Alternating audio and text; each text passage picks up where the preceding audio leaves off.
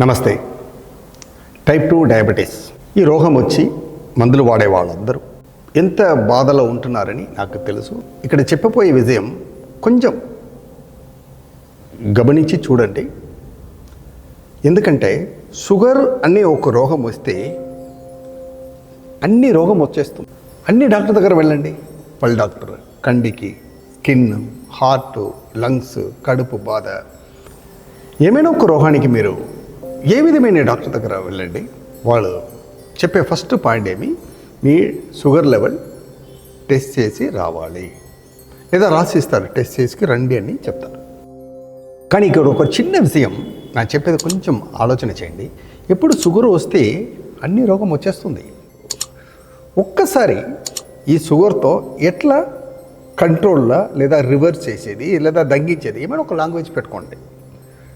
Diabetic ఫ్రీగా ఉండాలంటే ఈ సీక్రెట్ తెలిస్తే అన్ని రోగం వెళ్ళిపోతుందిగా.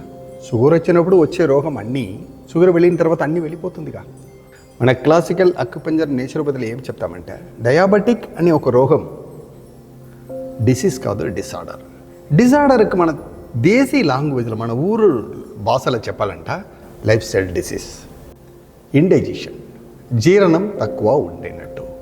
ఎవరెవరికి జీర్ణం తక్కువ ఉంటుందో వాళ్ళందరికీ వచ్చేది అన్నమాట డయాబెటిక్. డయాబెటిక్ ఇక చాలా సైంటిఫికల్గా ఎక్కువ మాట్లాడవచ్చు, కానీ మీకు సింపుల్గా చెప్తున్నాను.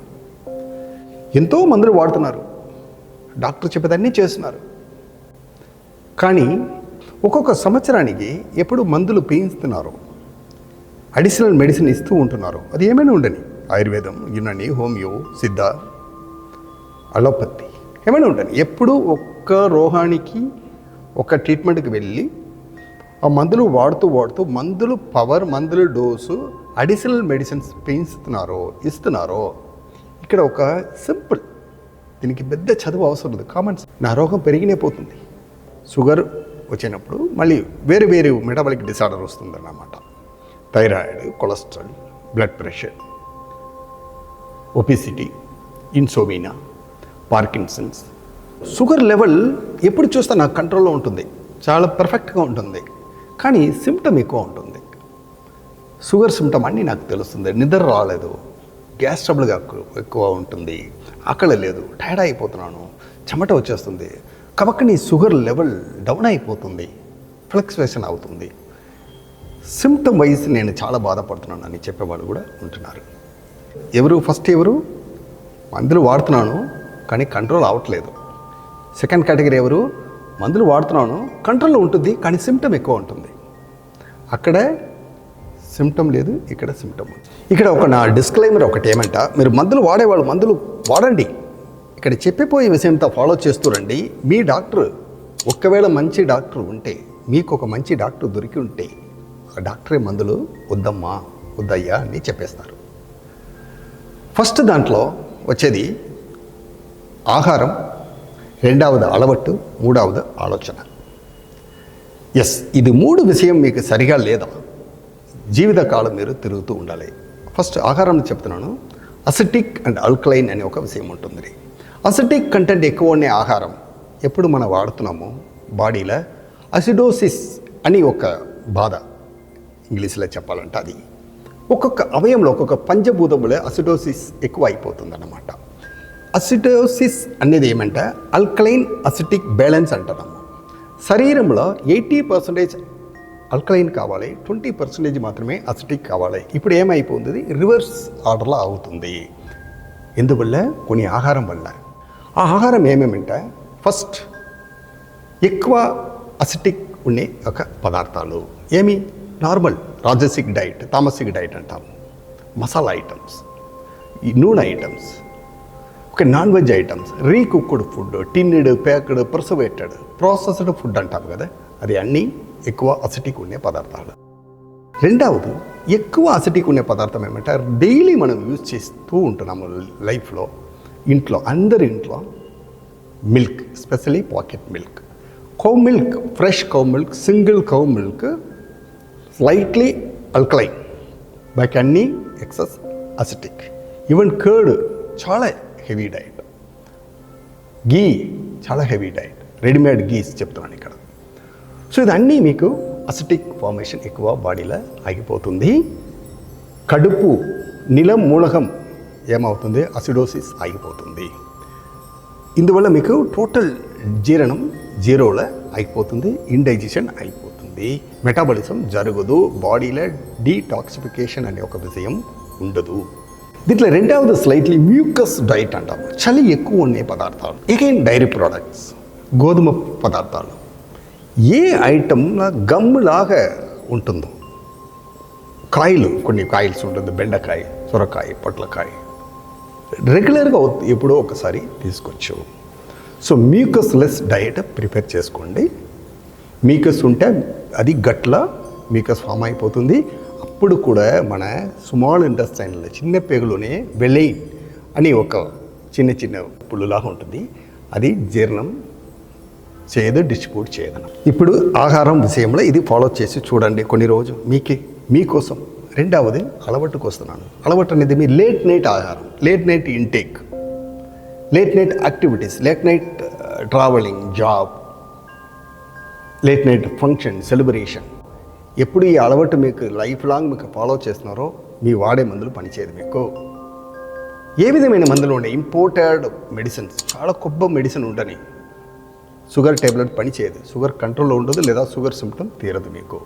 So try to have your dinner before 7 o'clock. ఎందుకంటే 7 తర్వాత మన బాడీలో డైజెస్టివ్ అగ్ని అనే ఒక విషయం తగ్గిపోతుంది.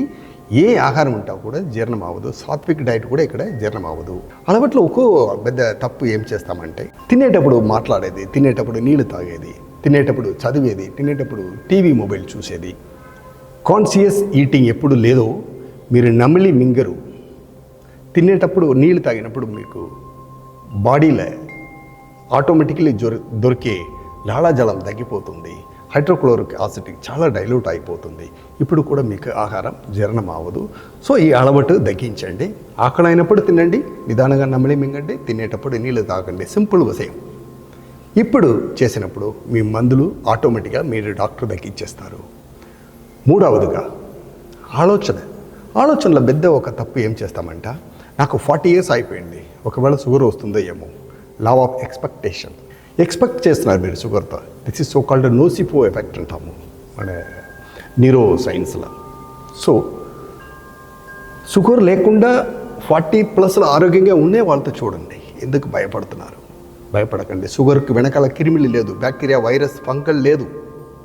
లైఫ్ స్టైల్తో ఆర్డర్గా పెట్టుకోండి. ఈ డిసార్డర్ అనే విషయం రాదు. ఎస్, షుగర్ అనేది డిసార్డర్. ఎప్పుడు మన ఆర్డర్గా లేదో లైఫ్ డిసార్డర్గా, రోగం డిసార్డర్గా వస్తూ ఉంటుంది. ఈ 3 విషయం మాత్రమే ఆర్డర్: ఆహారం, అలవాటు, ఆలోచన. ఇప్పుడు ఆలోచనలో రెండవది విషయం ఏమంటే హెరిడిటరీ అని. నాకు అమ్మ నాన్నకుంటా నాకు వస్తుంది. 5 to 10% మోస్ట్లీ, అందరికి కాదు. హెరిడిటీ అనేది 5 to 10% ఛాన్సెస్ ఉంటుంది. సో 90%లా ట్రై చేయండి. ఎందుకంటే 10% ఎక్కువ ఎనర్జీ ఇస్తున్నారు మీరు. నెక్స్ట్ ఆలోచనలు ఏమంట, నార్మల్గా బాడీ జనరల్ హెల్త్ చెకప్ చేసాను, షుగర్ వచ్చింది, అది యావరేజ్, నాట్ అ నార్మల్. అట్లా ఉంటే 2-3 ఒపీనియన్ తీసుకోండి. ఇమీడియట్గా ఒకే రోజు ఒపీనియన్ తీసుకొని మందులు వాడకండి. ల్యాబ్ రిపోర్ట్కి వెనకాల ఒక మాట రాసి ఉంటారు, అదేమంటే కోరలేట్ విత్ క్లినికల్ సిమ్టమ్.